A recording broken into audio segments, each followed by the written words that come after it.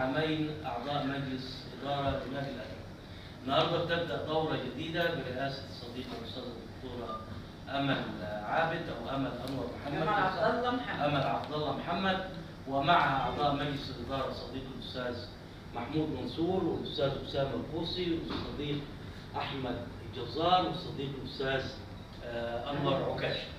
نتمنى لهم دورة جديدة تكون ذات ثمرات لنادي الأدب والحركة الثقافية. مع بعض وكل سنة وحضراتكم طيب.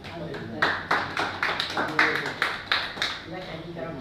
ان شاء الله يخليك. انت بالذات ما ينفعش تقولي كده. موفقة ان شاء الله باذن الله.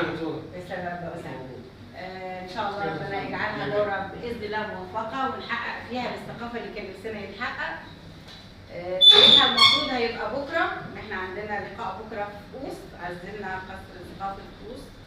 فهو يعني انا اتصلت بالناس وفي ناس كسلت مني، وان شاء الله باذن الله الثلاث الجاي هنعملها حفله، هنكرم مجلس الاداره السابق، هنعمل لهم شهادات تقدير كده وحاجات بسيطه، وهيبقى بعدها في ندوه ثقافيه. فباذن الله اتمنى تكونوا كلكم موجودين، ويا رب يا رب يا رب يبقى موسم حافل كل اللي نتمناه للثقافه ونادي الادب يا رب. لا ما انتوا معايا على فكره، ايدي واحده ما بتسقفش، فانتوا هتساعدوني، اعينوني على ما تريدون، وربنا يعيننا كلنا ان شاء الله.